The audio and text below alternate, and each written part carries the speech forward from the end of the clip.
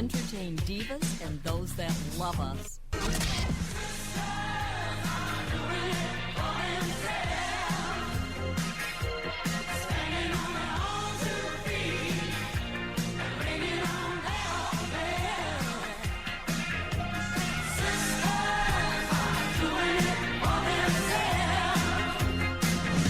Birthday last week, and our zingy diva Deb Z's birthday last week, but this week we only have get wells to wish to our really good friend Don Missig and our old friend Jerry Alexa. So keep getting stronger and better and healthier, both of you guys. Last week we had Ashley Mazer here. Do you know her? No, I don't. Mm-mm. She is the current Miss Bay County. Oh, okay. You know who she is. I've heard of her, yes. Yeah. Okay. She was just a delight. She was. Oh, I bet. Oh, man. She's smart and pretty and nice and has a really good radio voice. So she's representing us just great. Yeah. Then. Yeah, that's awesome. She's really cool. She's going to be a dentist / oral surgeon. And she's part of our fashion show coming up, right? Yes, she is. Okay, yeah, great. yeah. And she was really fun to have. You'll have to catch that show. Yeah, I will. I'll make sure that I don't think I've posted it yet. I was sick. But I'll get it up there because it was a really good show. And we talked about growing old versus staying young. So we had her. She's 23, I think. Mm-hmm. And then we had all ages in between, all through the 60s. That's so great. So, yeah. What was the best advice given to her? The best advice, actually, she gave some of the best advice, yes. That, and I should have written that down. She said something, you know what, after the break, I'm going to look it up after the break because I took some notes of the things that we talked about. But the one thing that we all agreed on was you're only as old as you feel, and to age gracefully and fight it every step of the way. Yeah, that's true. So those were the things that we all agreed on. Oh, how great. Yeah, it was fun. Yeah, it was really fun. So tonight we're going to be talking about what is beauty and what makes you feel beautiful. And Lisa Thompson has a blog called Self-Love Beauty. How did you get started in that? Awesome. Well, I got started in college right about my junior year. I was going through a time in my life where I was just trying to figure out who I was. I was having self-esteem issues. Trying to love my body and have confidence into going into my senior year and trying to figure out what I wanted to do with my life after college. So as I was going through all of that, I met a lot of women that were kind of going through the same issues as me. Not just with our bodies, but, with relationships and our future issues. And so I kind of realized over time that everybody was going through the same issues, and I needed to start writing about it because writing is one of my passions. I have a bachelor's in communications. So from there, I started my blog, and I have been writing for about a couple of years since I started in college, just about all the issues that I've gone through, different things that I've seen society go through, and then it's kind of evolved. We've made it into a website, selflovebeauty.com. I have over 17 contributor writers that work for me right now. Nice. So we have a lot of fun. I love listening to their pitches for their ideas for stories and just kind of having them share their personal experience as well, as because I've just learned just as much from them. We've been following a lot of the campaigns going around about, Always has their campaign, and so does Dove and, American Eagle.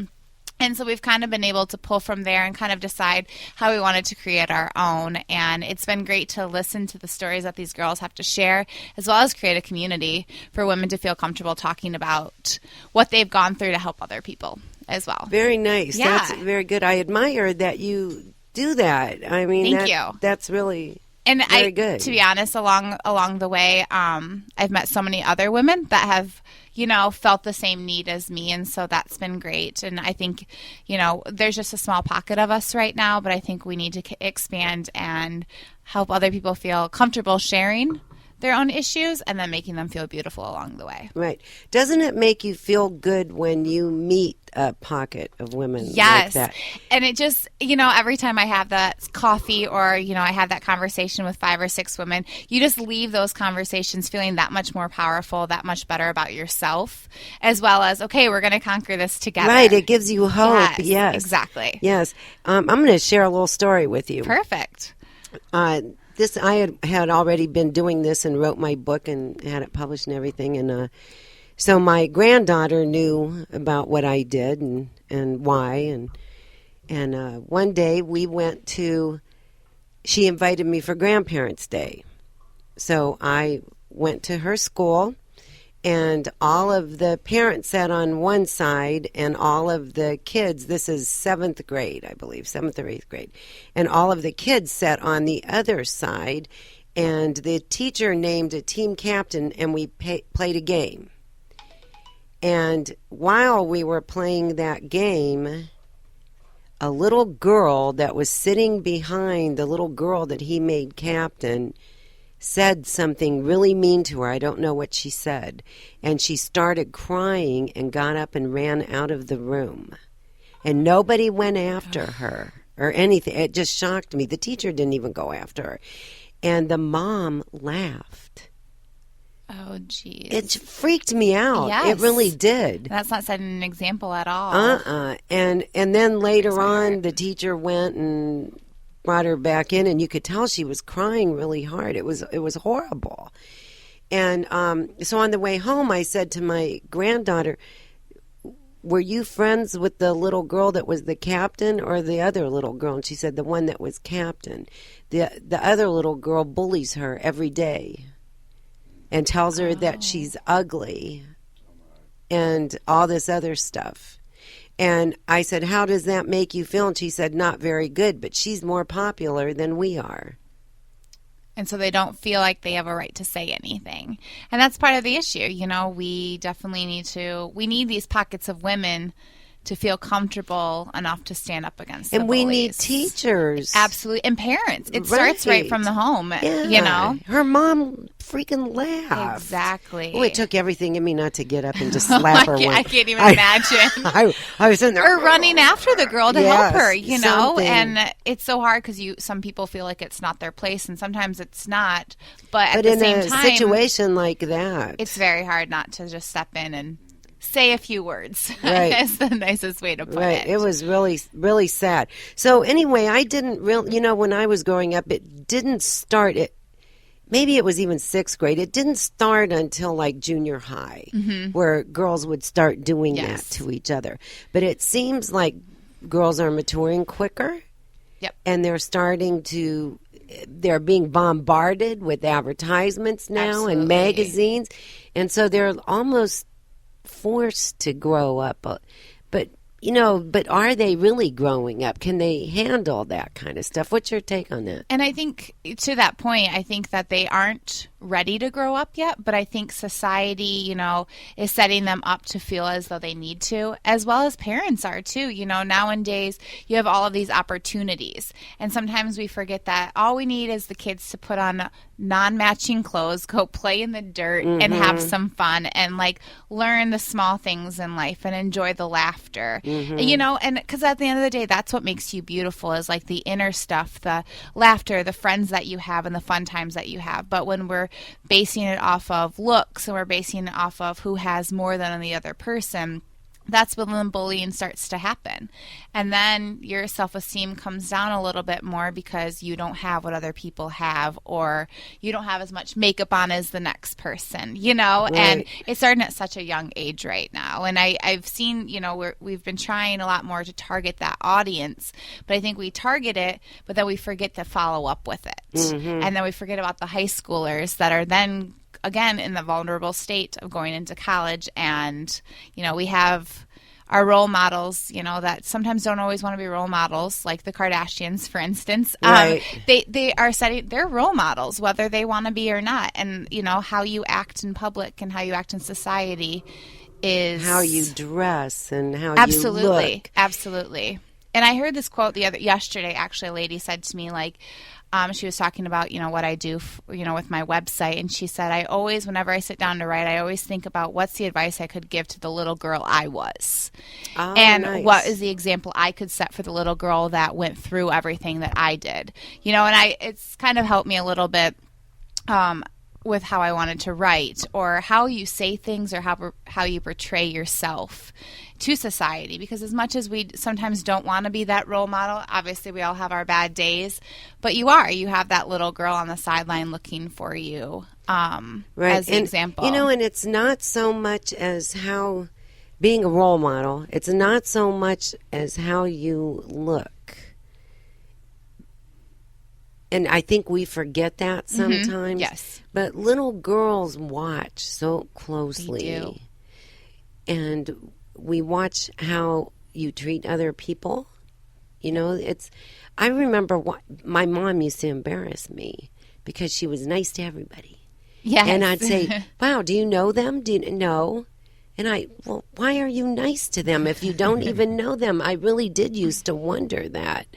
Until I got older and realized what a really cool person she was, Yes. She treated everybody like they were her friend. And I'm sure that she cheered a lot of sad people up every single day of her life. Absolutely. Just with that smile or that high. And we don't even realize sometimes how those small things mean so much to people. Right. And they don't care what you're wearing. They care about how you treat them, because at the end of the day, right back to the story that you said, everybody knew that little girl was a bully, and they just, that was her title. And that's not a title that we all want to have. Well, Yay, hello, Mitzi's here. Let the party start now. So, that's really true. So, and we send so many mixed messages, it's... Yes. And, to that, what you just said, I actually had someone reach out to me a little bit ago that they were going through Cosmo. And they were, one page was telling you how to, lose 5 pounds in a week. And then the next page was telling you how to love your body. And then the next week is telling you something else. And so when you flip through these, this person just flipped through it for 10 minutes and they were already confused. Right. And it was a man that did that. And for him to say, I feel bad for women right now because that was confusing we don't know which for freaking me. end is up. Exactly. And then there's also that, of women, like a little older than you, like young women that have children. Yep. There's so much pressure on them because they still want to go out and look good for their husbands. Well, women of all ages want to do that. Yeah. But so there's that pressure. There's that pressure of having the latest fashions on. There's the pressure of having the perfect children, getting good grades, looking absolutely adorable all the time, and keeping a clean house and doing laundry and blah, blah, blah. I mean, that's a lot of stuff. And we had that. You and I, Mitzi, we had that same. We were probably the first generation that really had all those pressures on it. Somehow we made it through. True. Our kids are alive. Well, that's good. Yep. But we didn't have anybody to talk to about it. My mother was an entrepreneur, but I mean, how many working women of her generation were there? Yeah. Not that many. Yep. And so I had it a little bit different than a lot of people. But, that's something that we have to do. Mitzi, our generation, our age group, has to do for you. Yes. And your age group. Yep. We have to do that. Yes, exactly. Or you guys are going to be stuck like we were. Yeah. I don't want you to be. I don't. Hey, we're here with Lisa Thompson of Self Love Beauty. I always want to put the beauty first. And Mitzi's now here with us. And, of course, we have Pat Horton of the Sexual Literacy Project. So we're going to take a little break and refill our wine glasses. You probably should do the same thing. We'll be right back. Refill their wine glasses. The Divalution Show will be right back. The Divalution Show has celebrated its 2nd anniversary. The show has over 15,000 downloads, over 1,000 unique visitors per month, and still continues to grow every day. It's broadcasted live on our station, W4Divas.com and thedevolution.com from our studio every Tuesday night at 7 p.m. The shows are all available for download on iTunes, iHeartRadio, and Spreaker. If you'd like to be a Let Elsie Makeup Artistry help you believe in your own beauty. Professional makeup artist and medical esthetician. She's an award winner for her airbrush makeup, skincare treatments, and hair removal. Call Laura at 989-493-2607 or visit her online